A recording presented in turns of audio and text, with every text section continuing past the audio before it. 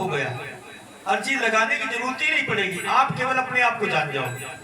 ये कथा भागवत जितनी हो रही इसीलिए हो रही है, सुखदेव महाराज राजा परीक्षित को ये 7 दिन की जो कथा सुना रहे हैं गंगा नदी के पास, तो इसीलिए तो सुना रहे हैं, उन्हें ये पता लग गया है कि 7वें दिन मेरी मृत्यु हो जाएगी, हमारी आपकी भी हो जाएगी, तो हम अमर कैसे बने? जबकि हम अपने अगर स्वरूप को जान जाए तो पता लगता है कि हम अजर अमर विनाशी हैं, रामायण भी कहती है। लेकिन ऐसा कौन व्यक्ति है जिसे ऐसा लगता है कि मैं अमर हूं? किसी को नहीं लगता। भागवत कथा में अमृत पिलाया जाता है, अमृत। और अमृत कैसे मिलेगा पीने के लिए? अमृत पीने के लिए जब मिलेगा जब हम उसके अधिकारी बनेंगे, तब। जब अधिकारी ही नहीं होंगे तो अमृत कैसे मिलेगा? अब तुम कहो हम तो पीने को तैयार बैठे हैं, लेकिन नहीं, अमृत पिलाने वाला जो होता है वो देखता है कि अमृत पीने का पात्र भी है तुम्हारा।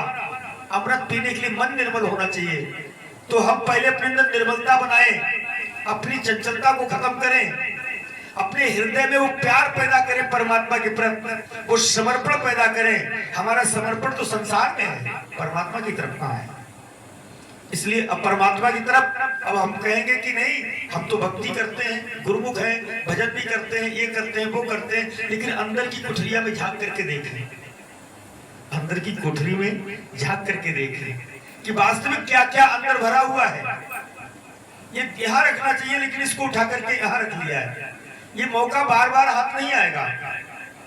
बड़े भाग से मानव तन मिला है, और मानव तन मिलने के बाद हमें गुरु की कृपा हुई कि हमें वेद शास्त्र भगवान की कथा मिल रही सुनने के लिए।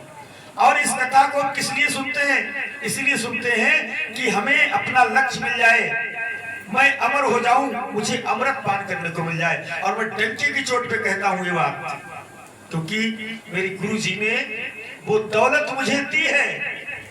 मैं डंके की चोट पे बात कहता हूं कि आप अगर सारे नियम को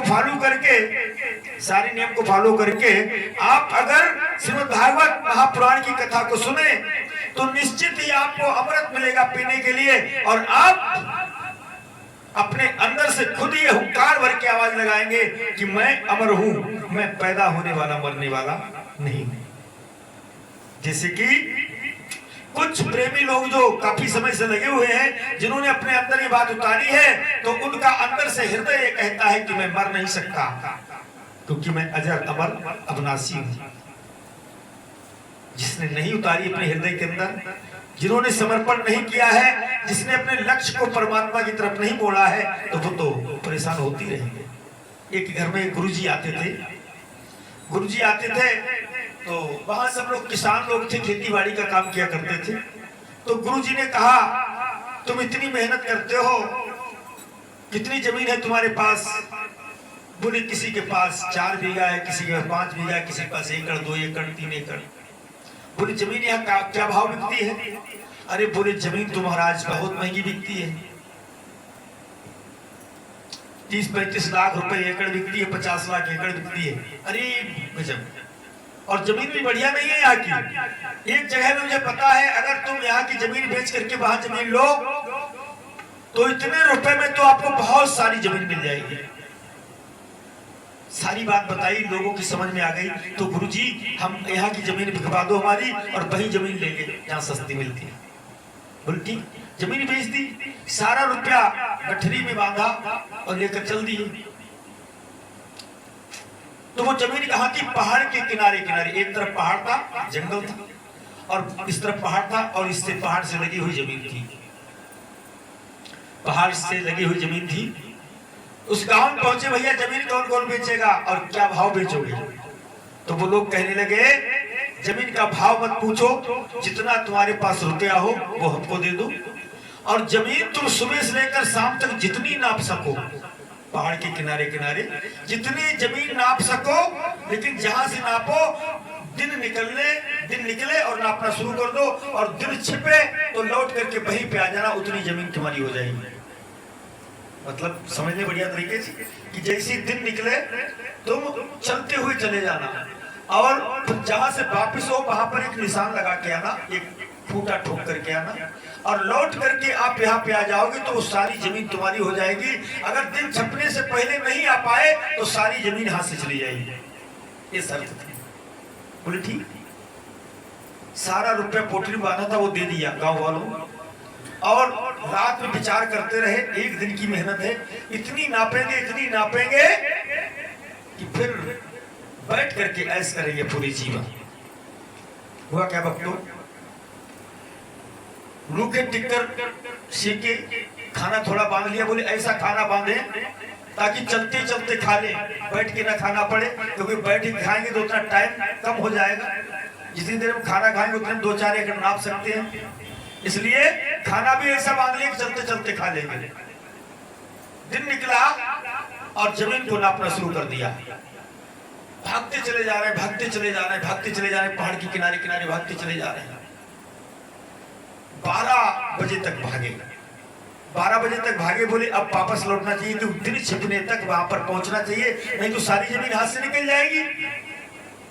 तो आगे जब नजर उठा करके देखा तो बड़ी कीमती जमीन थी आगे, 10-15 एकड़ जमीन आगे बहुत कीमती थी।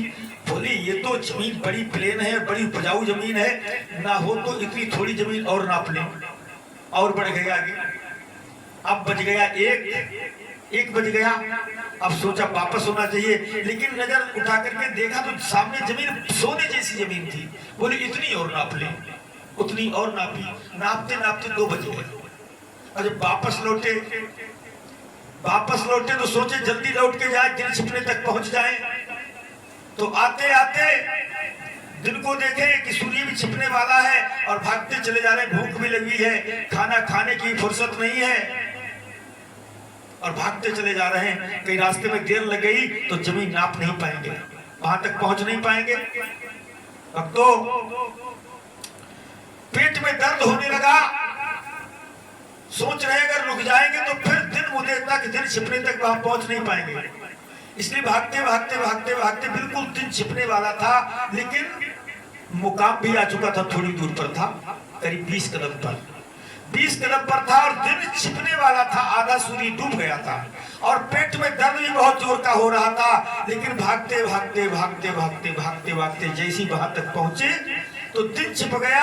चला 1 कदम भी नहीं चला जा रहा है तो वहीं पर गिर पड़े, और गिरे तो खत्म हो गए, गिरे तो मर गए। अब बताओ, मर गए तो जमीन नापने से फायदा क्या हुआ? विचार करके देखो, जमीन तो पूरी नाप ली लेकिन मर गए।